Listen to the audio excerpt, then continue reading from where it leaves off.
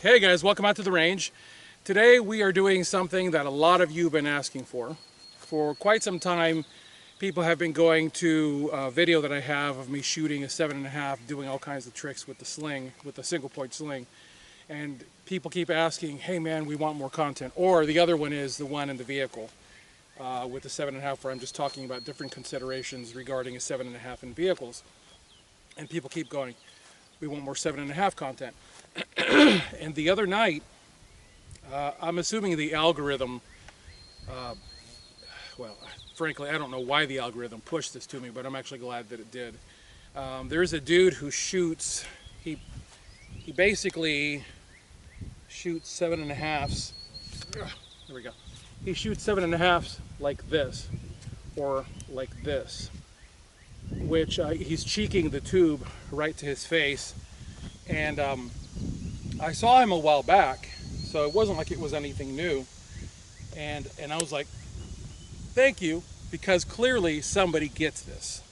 And it was really cool to see someone who understands the validity of the 7.5 inch, I got that backward, the 7.5 inch AR-15's ability to get the job done. Yeah, I got that backward.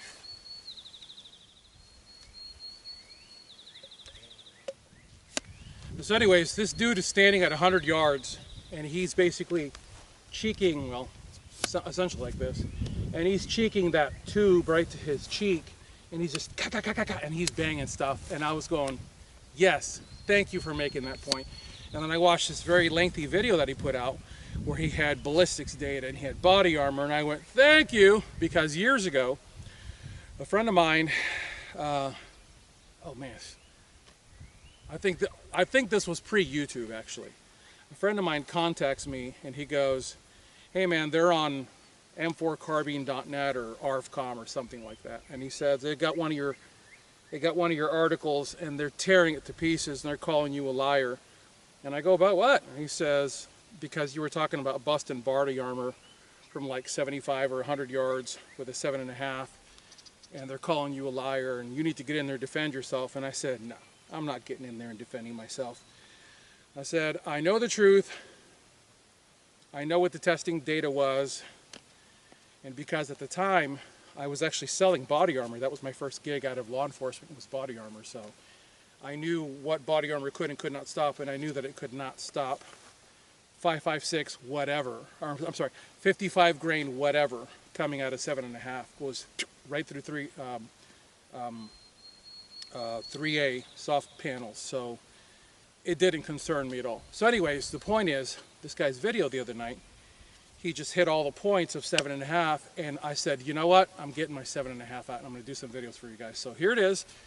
This is a 7.5 that I put together. It is, as you see it, 5.5 pounds, and that's light, optic, mount, ladder panels, handguard panels, and yeah, that includes the sling. 5.5 pounds as you see it. Once it's fully loaded, I forget what the weight is, but once it's fully loaded, obviously the weight changes.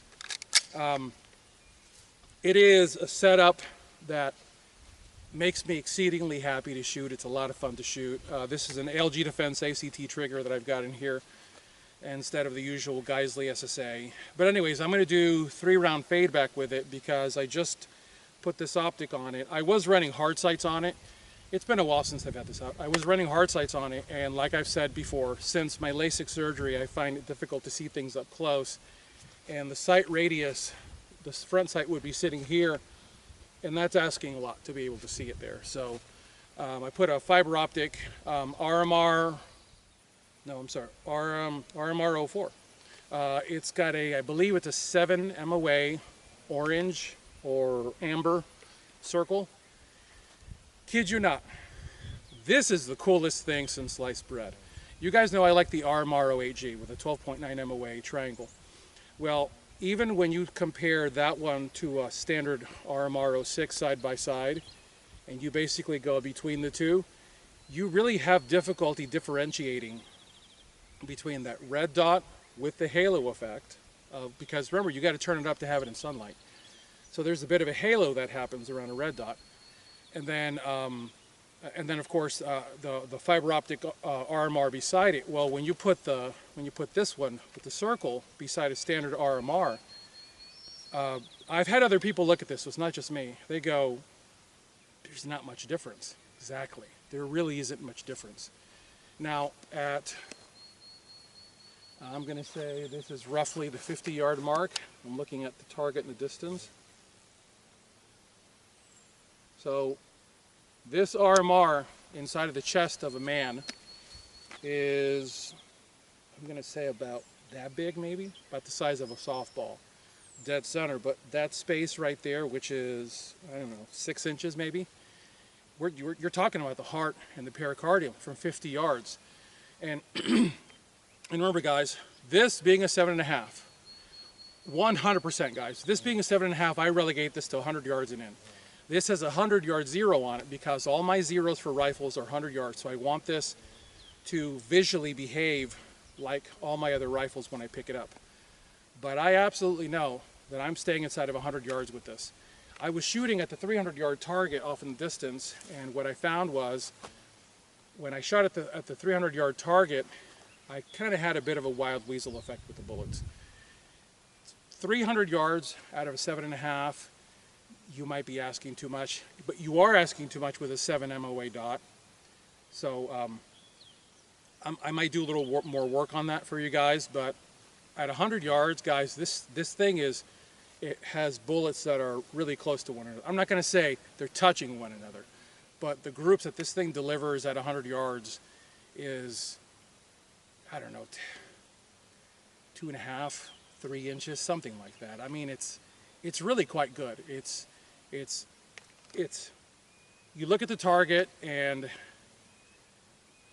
you know, you're talking, what is it, 7 inches, right? Yeah, 7 and 1. So inside of that 7-inch circle, which is, I guess, about that big, I mean, I've got shots here. So I know that I can get it done. So anyways, what I'm doing today is learning what my holdovers are at a given distance. What I'm dealing with is 3, what did I do? 3, 10, 15, 3, 10, no, I'm sorry.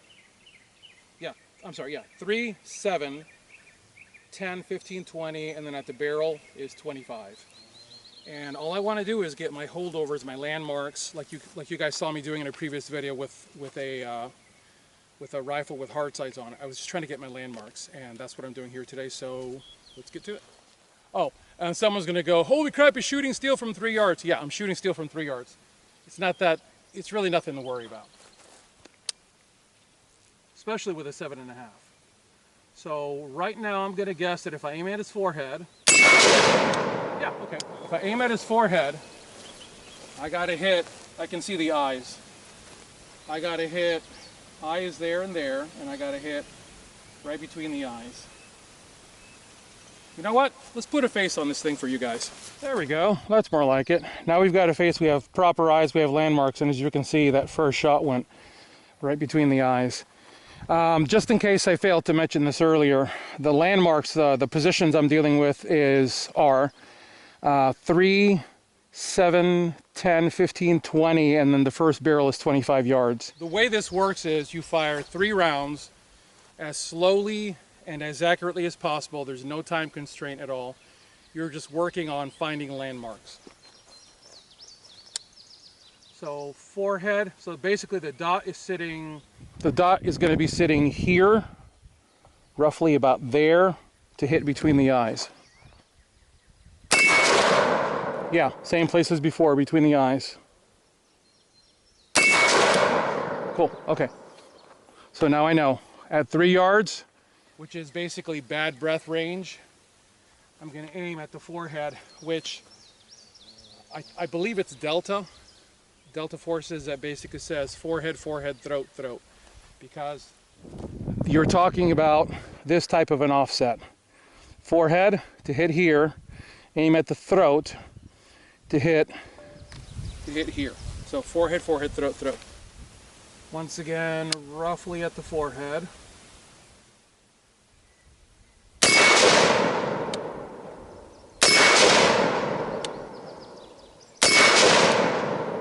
Yeah. So roughly at the forehead, roughly between the eyes on the hit. Oh, here we are at 10.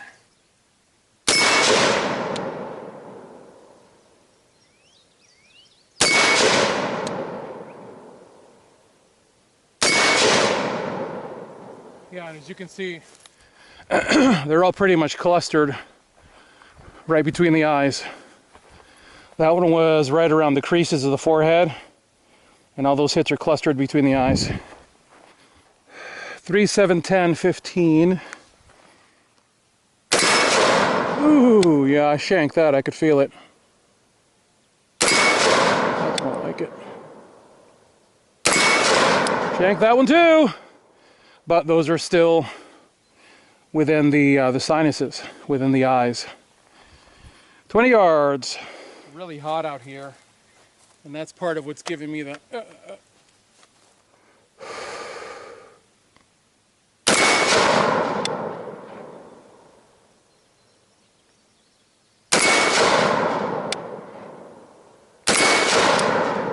I mean, look, seriously. Believe me when I tell you, I do not have a problem with that group. Look at that. That's 2 inches. That's 2 inches.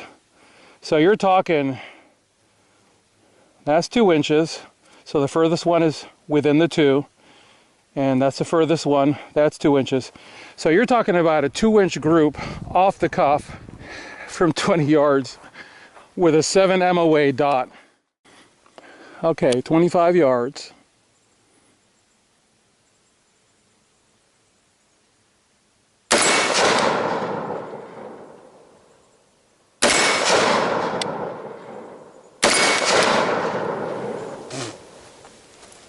Yeah, so we're done having a discussion about accuracy with a 7.5, right? I remember years ago, a guy, I guess it was on my YouTube channel. I used to have a bunch of videos from a training company called Talent Defense on my channel. And that whole thing, there's a lot of bad blood there. And I really wish that the wiser Abner of 50 could have talked to the not so wise Abner of 39 or of 40 something, or 40 or 41, and said to him, "Wave off!" Actually, no, I guess that would have been 44 at the time.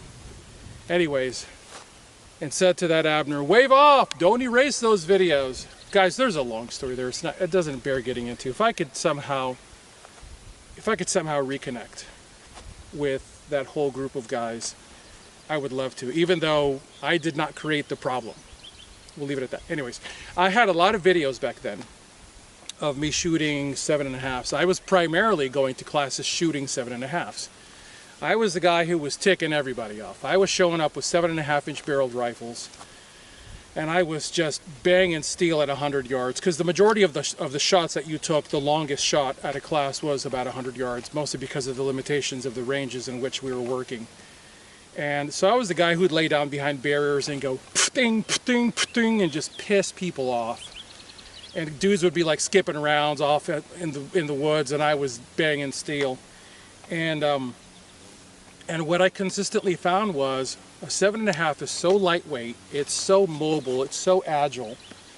There is very little moment of inertia from here to here. There's just no over travel. All you would do is snap it to your shoulder, fire, rotate, stop, fire, rotate, stop, and there was just very little over travel because the moment of inertia on this gun is very low because the front end stops pretty much where you're holding.